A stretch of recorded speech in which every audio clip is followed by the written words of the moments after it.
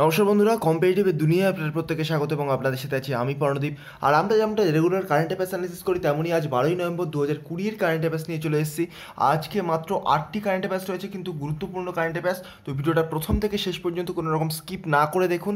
তো চলুন ভিডিওটা শুরু করা যাক। তারপরে ছোট্ট একটি রিকোয়েস্ট, এগিয়ে চলো 2.0 এই চ্যানেলটি সাবস্ক্রাইব করতে ভুলবেন না। এই চ্যানেলে জেনারেল সায়েন্সের সমস্ত রকমের লেকচার পাবেন এবং এগিয়ে চলো এই টেলিগ্রাম চ্যানেলে আমার প্রতিটি লেকচারের আপডেট পাবেন এবং দুটি চ্যানেলের লিঙ্ক আমি আমার ডেসক্রিপশন বক্সে দিয়ে দেবো।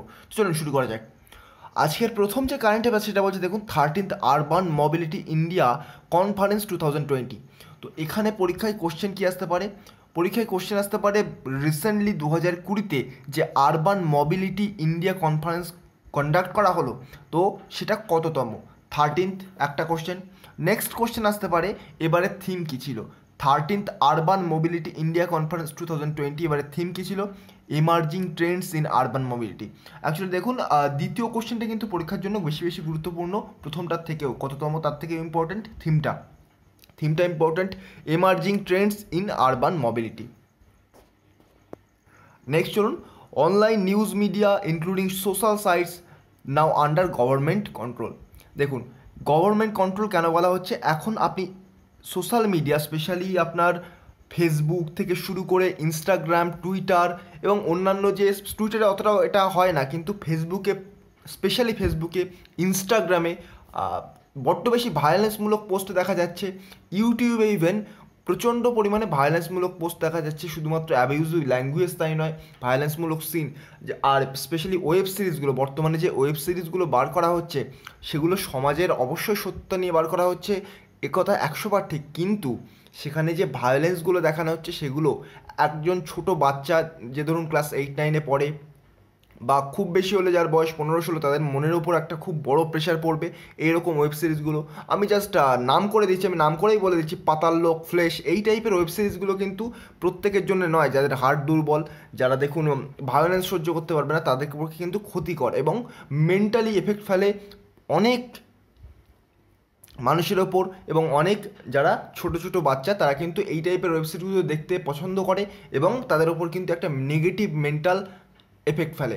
তো এইগুলো যাতে আর না হয় এবং এর পরিমাণটা যাতে কম করা যায়, সেই জন্য অনলাইন যে নিউজ মিডিয়াগুলো আছে, ইনক্লুডিং সোশ্যাল সাইট, যেমন দেখুন এখানে অপশানও দিয়ে দিয়েছে, অপশান বলতে দিয়ে দিয়েছে কোন কোন সাইটগুলো, ইউটিউব, নেটফ্লিক্স, তারপরে এখানে ভিভো, তারপর আরও যে ওয়েব সিরিজের যে সাইটগুলো রয়েছে, এএলটি বালাজি প্রবলে একটা রয়েছে, এই টাইপের একটা নাম। প্রচণ্ড ভায়োলেন্সমূলক ওয়েব সিরিজ এবং তাতে কোনো ওয়েব সিরিজের কোনো যুক্তি নেই, শুধুমাত্র নিউডিটি, এছাড়া অন্য কিছু নেই। তো এগুলো বাচ্চাদের মনে এবং একটা বিশেষ শ্রেণীর মানুষের মনে কিন্তু প্রভাব ফেলে। তো এইগুলো যাতে কন্ট্রোল করা যায়, সেই জন্য online news media including social মিডিয়াকে কন্ট্রোল করার দায়িত্ব গভর্নমেন্ট নিয়েছে এবং এটাকে সেন্সর বোর্ড এবার থেকে এই ওয়েব সিরিজগুলোকে প্রত্যেকটা রিভিউ করবে।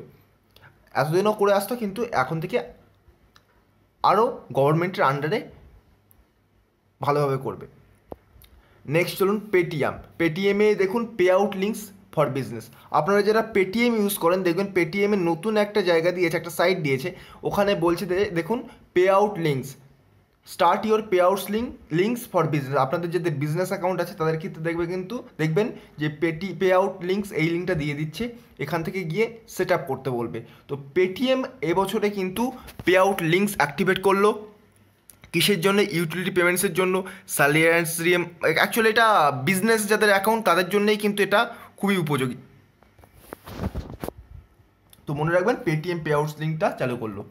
নেক্সট রয়েছে দেখুন বিএমআই বডি মাস ইন্ডেক্স যে রিপোর্ট বেরোলো এবারে, সেখানে কিন্তু ভারতের র্যাঙ্ক কত? 196, ইন্ডিয়ার র্যাঙ্ক 196 বডি মাস ইন্ডেক্সে। তো এখানে বিভিন্ন রকম ডেটা পরিমাপ করা হয়েছে, যেমন ধরুন মেন হাইট, ভারতের ক্ষেত্রে ছেলেদের হাইট 5 ফুট প্রায় 4-6 ইঞ্চি, 5 ফুট 5 ইঞ্চি বা 5 ফুট 4.5 ইঞ্চি, এরকম অ্যাভারেজ মেল হাইট। তারপরে ওয়েট, সেখানে র্যাঙ্ক আবার ছেলেদের ক্ষেত্রে র্যাঙ্ক হাইটের দিক থেকে 180, মেয়েদের ক্ষেত্রে আবার দেখতে গেলে 155 সেমি, আবার সেক্ষেত্রে হাইটের দিক থেকে র্যাঙ্ক 182। এখানে দেখুন ইন্ডিয়ার ক্ষেত্রে অ্যাভারেজ হাইটটা একটু কম। আপনি যদি সাউথ এশিয়ার বিভিন্ন কান্ট্রিগুলো দেখেন তাহলে দেখবেন অ্যাভারেজ হাইটটা কম। কিন্তু নেদারল্যান্ডের হাইট সবচেয়ে ভালো দেখা গেছে এখানে, নেদারল্যান্ডের ছেলেদের হাইট সবচেয়ে ভালো দেখা গেছে, কিন্তু ইন্ডিয়ার হাইটটা খুব কম দেখা গেছে, 166.5 সেন্টিমিটার, এবং ইন্ডিয়ার মহিলাদের ক্ষেত্রে 155.2 সেন্টিমিটার। কিন্তু একটা জিনিস নোটিশ করবেন, এই যে আমাদের ফোর্সের যে এক্সামগুলো হয় বেশিরভাগ এক্সামেই কিন্তু 166.5 সেন্টিমিটার হাইটে হয় না। স্পেশালি জেনারেলদের ক্ষেত্রে প্রবলি 170 কি 73 এরকম চাওয়া হয়, এসসিদের ক্ষেত্রে ওটা 167 চাওয়া হয়, তবুও দেখবেন 166.5 আমাদের এখানকার অ্যাভারেজ হাইট। তো ভারতের টোটাল র্যাঙ্ক কত হয়েছে বিএমআইতে, বডি মাস ইন্ডেক্স, সেখানে 196। ভারতের ছেলেদের ক্ষেত্রে 196 এবং মহিলাদের ক্ষেত্রে 198 বডি মাস ইন্ডেক্সে র্যাঙ্ক বেরিয়েছে। ভেরি ভেরি ইম্পর্ট্যান্ট, পরীক্ষার জন্য খুবই গুরুত্বপূর্ণ, পরীক্ষায় আসবে।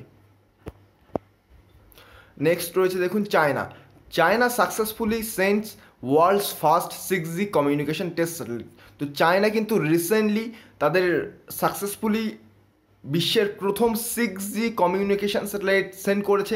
এটা ইম্পর্টেন্ট পরীক্ষার জন্য, পরীক্ষায় কোশ্চেন আসবে 5G 4G 6G না 7G, অথবা 5G 6G 7G 8G এরকম অপশান কিন্তু দিয়ে দেবে। সঠিক উত্তর কিন্তু 6G communication test satellite successfully test করেছে চায়না। নেক্সট রয়েছে দেখুন 13th edition of Indian premier league, IPL যে চলছিল এতদিন ধরে, ইউএইতে চলছিল। আপনারা জানেন আইপিএল থেকে কোশ্চেন আসবে, সামনে যে পরীক্ষাগুলো আছে স্পেশালি এনটিপিসি এবং গ্রুপ ডিতে সামনে কোশ্চেন আসতে চলেছে আইপিএল থেকে। কী কী কোশ্চেন আসতে পারে, এবারে কততম এডিশন ছিল আইপিএল, 13তম এডিশন, কবে শুরু হয়েছে আইপিএল, 19শে সেপ্টেম্বর শুরু হয়েছে আইপিএল, এবারে ফাইনালে কে জিতলো, মুম্বাই ইন্ডিয়ান্স, মুম্বাই ইন্ডিয়ান্সের সাথে অপোজিশন কে ছিল, দিল্লি ক্যাপিটালস। তারপর এদের ক্যাপ্টেনের নাম জিজ্ঞাসা করা হতে পারে। আবার এছাড়াও জিজ্ঞাসা করা হতে পারে যে এবারে খেলাটা কোথায় হয়েছিল, ইউএই, ইউনাইটেড আরব এমিরেটস, কোন মাঠে ফাইনাল হলো, এই টাইপের কোশ্চেন কিন্তু জিজ্ঞাসা করা হতে পারে। তো আইপিএল থেকে আমি একটা চেষ্টা করব ভিডিও বার করে দেওয়ার শুধুমাত্র আইপিএল নিয়ে, কেননা আইপিএল থেকে সামনে যত পরীক্ষা আছে অনেক প্রচুর পরিমাণে কারেন্ট অ্যাফেয়ার্স আসবে, কেননা আইপিএলটা প্রথমে আটকে গেছিলো, তারপরে তো ইউএইতে গিয়ে কন্ডাক্ট করানো হলো, সেহেতু কোশ্চেন আসার চান্স কিন্তু বেশি। আর মুম্বাই ইন্ডিয়ান্স এই নিয়ে কিন্তু টোটাল 5বার চ্যাম্পিয়ন হলো, 6বার ফাইনালে উঠেছে, তার মধ্যে 5বার চ্যাম্পিয়ন হয়েছে চেন্নাই সুপার কিংস, তারপরে টোটাল 3বার চ্যাম্পিয়ন। তো নেক্সট রয়েছে দেখুন new book peeks into Gulzar's life philosophies. তো বশকিয়ানা এই বইটা গুলজারের আত্মজীবনী নিয়ে লেখা, গুলজারের জীবনী নিয়ে লেখা এই বইটার নাম কি, বশকিয়ানা। ভেরি ভেরি ইম্পর্ট্যান্ট, পরীক্ষায় আসবে বশকিয়ানা বইটা কার জীবনী নিয়ে লেখা, পরীক্ষায় আসবে। গুলজার একটা খুবই গুরুত্বপূর্ণ নাম, তো পরীক্ষায় কিন্তু আসবে। আপনারা অনেকেই হয়তো গুলজারের লিরিক্স শুনেছেন, শ্রেয়া ঘোষালের সাথে অনেকগুলো কাজ করেছে, অনেকগুলো প্রজেক্ট করেছেন, তো দেখবেন অসাধারণ লিরিক্স বিভিন্ন রকম গানের ক্ষেত্রে, তো খুব কিন্তু গুরুত্বপূর্ণ একটা নাম। নেক্সট রয়েছে দেখুন national education day 11th November 2020, 11th November 2020 national education day পালন করা হলো মৌলানা আবুল কালাম আজাদের জন্মদিন উপলক্ষে। তো মৌলানা আবুল কালাম আজাদ কিন্তু আমাদের প্রথম শিক্ষামন্ত্রী ছিলেন, খুবই ইম্পর্টেন্ট পরীক্ষার জন্য, এবং আমাদের স্বাধীনতার পিছনে কিন্তু মৌলানা আবুল কালাম আজাদের এবং সংস্কারের পিছনে, আমাদের দেশটার সংস্কারের পিছনে তার কিন্তু খুব বড় অবদান। Very very important. তো এই ছিল আজকে টোটাল কারেন্ট অ্যাফেয়ার। যদি ভিডিওটা ভালো লেগে থাকে এবং ডেইলি এই ধরনের ভিডিও পেতে চান তাহলে আমার চ্যানেলটিকে সাবস্ক্রাইব করে পাশে থাকা বেল আইকন প্রেস করতে ভুলবেন না। তো আজকের মতো গুড বাই, পরবর্তী ভিডিওতে আবার দেখা হবে। Thank you.